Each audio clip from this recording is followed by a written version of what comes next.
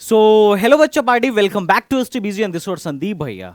और guys, IPU round 1 का result आ चुका है। वैसे एक कल ही आ जाना था, बट आईपीयू में डिले होना बड़ा ही आम बात है। हर साल हर बार ऐसा होता है। अभी तो बहुत पहले राउंड 1 का रिजल्ट आ गया, पिछले बार तो झिला दिए थे, और राउंड 3 का रिजल्ट में तो और झिला देते हैं। बट टेंशन मत लो तुम लोग, हर राउंड का अपडेट तुम्हारे संदीप भैया देते रहेंगे। अब देखो, जिसकी रैंक लो है बट फिर भी उसको बीटेक करने की तमन्ना है, वो भी दिल्ली के कॉलेजों से, तो आईपीयू आपके लिए एक अच्छा ऑप्शन हो सकता है। आईपीयू में बहुत सारे कॉलेजेस हैं, कुछ ढंग के भी कॉलेजेस हैं, कुछ कॉलेज ऐसे ऐसे भी हैं जहां मैं बिल्कुल आपको जाना, जहां पर एडमिशन लेना मैं आपको प्रीफर करने के लिए बोलूंगा ही नहीं।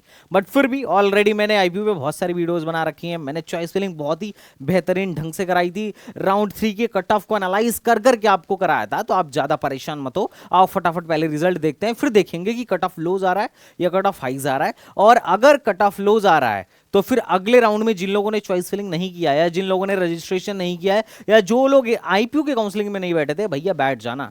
अब वो कैसे होगा, क्या होगा, जिनका एडमिशन हो रहा है, जिनको रिजल्ट में, जिनका रिजल्ट आ गया, उनको क्या करना है, उनके लिए भी मैं थोड़ी सी बातें बताना चाहूंगा। तो देखो, सबसे पहले लॉगिन कर लेना। लॉगिन करने के बाद से सीट अलॉटमेंट रिजल्ट पे जाके देखना। अभी अपने काउंसलिंग का बच्चा है, कॉम्बो प्रोग्राम में था, इसकी काउंसलिंग मैंने ही करी थी।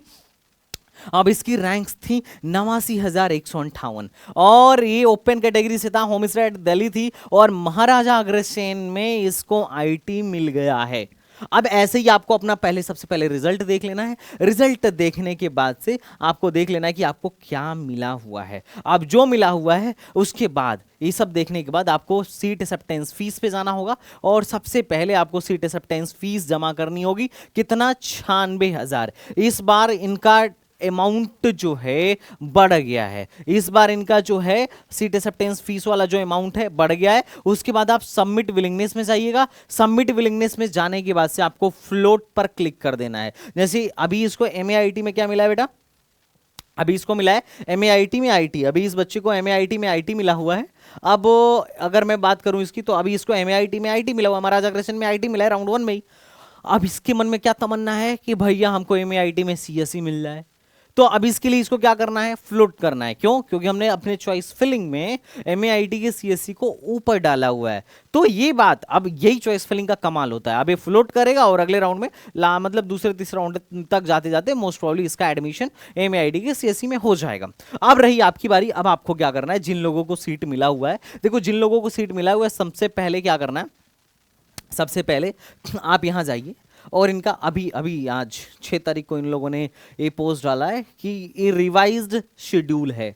रिवाइज शेड्यूल क्या है कि भैया देखिए, रिजल्ट आने के बाद आपको पार्ट एडमिशन फीस, जिसको हम लोग सीट एक्सेप्टेंस फीस बोलते हैं, यू हैव टू सबमिट। कब तक सबमिट करना है बेटा? After declaration of result of round 1। Round 1 का रिजल्ट डिक्लेयर होने के बाद से ही आप सबमिट करना शुरू कर दीजिए, और 9 तारीख को 2 बजे से पहले पहले सबमिट कर दीजिए। मतलब दोपहर के 2 बजे से पहले पहले आप क्या करिए? सबमिट कर दीजिए। क्या? Seat acceptance fees. अगर आप सीट एक्सेप्टेंस फीस नहीं सबमिट करेंगे तो आप काउंसलिंग से बाहर हो जाएंगे, ये बात ध्यान रखना। उसके बाद 9 तारीख को रात को 12 बजे से पहले पहले आप विलिंगनेस सबमिट कर दीजिए। विलिंगनेस में क्या सबमिट करना है? फ्रोज करना है या फ्रीज करना है या फ्लोट करना है। फ्रीज मतलब ये है, जैसे इस बच्चे को एमएआईटी में आईटी मिली थी, तो इसका मतलब ये है कि अब ये एमएआईटी की आईटी में ही पढ़ना चाहता है, इसके अलावा आईपीयू के किसी कॉलेज के किसी ब्रांच में इसको इंटरेस्ट नहीं है, तब फ्रीज करेगा। अदरवाइज अगर इसको इससे बेहतर कॉलेज चाहिए, तब इसको फ्लोट करना पड़ेगा। लेकिन ध्यान रखना,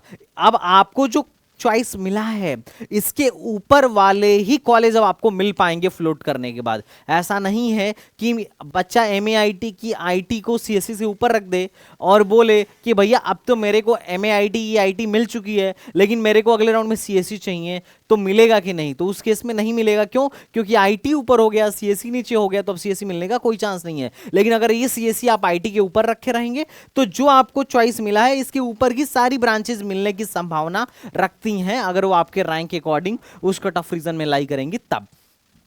उसके बाद 10 तारीख तक आपको प्रिंट कर लेना है प्रोविजनल सीट अलॉटमेंट लेटर, और उसके बाद से अगर किसी को विड्रॉल मारना हो तो अपना विड्रॉल 10 तारीख तक मार सकता है। अब इसके बाद जो सबसे ज्यादा इंपॉर्टेंट है, राउंड 1 खत्म हो जाएगा, फिर राउंड 2 शुरू होगा, और मजे की बात है राउंड 2 में फिर से रजिस्ट्रेशन एंड फिर से चॉइस फिलिंग होगी। ये ध्यान रखना, आपको चॉइस फिलिंग भी अगेन करना है और रजिस्ट्रेशन भी अगेन करना है। जो लोग पहली बार आएंगे वो लोग, अच्छा जो ऑलरेडी कर चुके हैं उनको कुछ नहीं करना, ऑटोमेटिक सेकंड राउंड में चले जाएंगे। This is for new candidates. तो जिन लोगों ने आईपीओ में रजिस्ट्रेशन नहीं किया था या जिनका छूट गया था, अब आप क्या कर सकते हो, रजिस्ट्रेशन कर सकते हो। उसके बाद फिर राउंड 2 का रिजल्ट आएगा। राउंड 2 का रिजल्ट आने के बाद आपको सीट एक्सेप्टेंस फीस जमा करनी पड़ेगी 18 तारीख तक, और उसके बाद से फीस फ्लोट करना पड़ेगा, उसके बाद से अलॉटमेंट लेटर डाउनलोड करना पड़ेगा। फिर अगर किसी को विड्रॉल मारना हो तो 20 तारीख तक विड्रॉल मार लेगा। उसके बाद फिर राउंड 3 आ जाएगा, उसके बाद फिर स्पॉट राउंड आ जाएगा। तो ये पूरा प्रोसेस है। जो लोग अभी तक नहीं किए हैं, जो लोग अभी तक आईपीओ में रजिस्टर नहीं किए हैं, वो लोग अभी भी रजिस्टर कर सकते हैं, उनको ज्यादा परेशान होने की जरूरत नहीं है। अब सवाल आता है कि भैया कट ऑफ क्या जा रहा है, और स्पॉट राउंड कब तक होगा, और फिजिकल रिपोर्टिंग के लिए कब जाना है। तो चलो एक एक करके हम इसको भी देख लेते हैं। मेन पहला हम ये देख लेते हैं कि कट ऑफ डाउन जा रहा है या लो जा रहा है।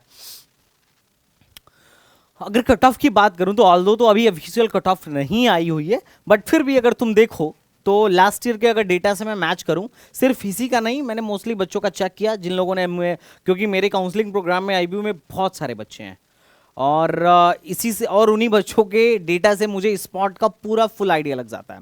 बट फिर भी अभी जिन बच्चों ने मुझे रिजल्ट्स भेजा उसके आधार पे भी मैं बात बोल सकता हूं, और अभी इसके रिजल्ट को भी हम देखें, इस बच्चे के भी रिजल्ट को देखें, तो इस बार 89,000 पर आईटी एंड इंजीनियरिंग बंद हुई है, इसको मिली है। हो सकता है इसके बाद वाले को भी मिला होगा, लेकिन लास्ट ईयर 70,000 के आसपास बंद हो गई थी राउंड 1 में। राउंड 2 में 98,000 तक गई थी, और राउंड 3 में 1,15,000 तक गई थी। मतलब इसे लास्ट ईयर के हिसाब से राउंड 1 में अभी नहीं मिलना था। पर ऑब्वियस ही बात है, बहुत सारे जैसे यूएसआईसीटी हो गया, उसमें एआई और एआई एंड डेटा साइंस, मतलब CSC with AI and CSC with data science करके, और बाकी कॉलेजों में भी कुछ कुछ ब्रांचेस बढ़ी हैं, आईपीयू में सीट इंक्रीज हुआ है, उसकी वजह से आप देख सकते हो कि कट ऑफ लो गया है। जो चीज पिछली बार 70,000 के बाद वालों को नहीं मिली थी, वो चीज इस बार 90,000 तक गई है, मतलब 89,158 तक गई है। तो ये अपने आप में बहुत अच्छी बात है कि अच्छा खासा वेरिएशन देखने को मिल रहा है। ये होम स्टेट दिल्ली का हाल है, लेकिन जल्दी मैं एक कट ऑफ पे एनालिसिस वीडियो लेके आऊंगा जिसमें हम अदर स्टेट का भी आइडिया लगा पाएंगे, और उसके बिहाफ पे आप भी डिसाइड कर पाओगे कि आपको राउंड 2 में, अगर आपने नहीं बैठा है अब तक, तो आपको राउंड 2 में बैठना है या नहीं बैठना। आपको ज्यादा परेशान होने की जरूरत नहीं है। सब्सक्राइब करिए संदीप भैया को और ज्वाइन करिए एसटीबीजी एकेडमी, और जिनको भी हमारा काउंसलिंग प्रोग्राम लेना हो वो एसटीबीजी एकेडमी ऐप से जाके ले सकते हैं। I will definitely help you, और हम आपकी काउंसलिंग कराएंगे, and definitely you will get a best college as per your rank. तो चलिए मिलते हैं नेक्स्ट वीडियो में, तब तक के लिए बाय बाय, टाटा एंड जय हिंद।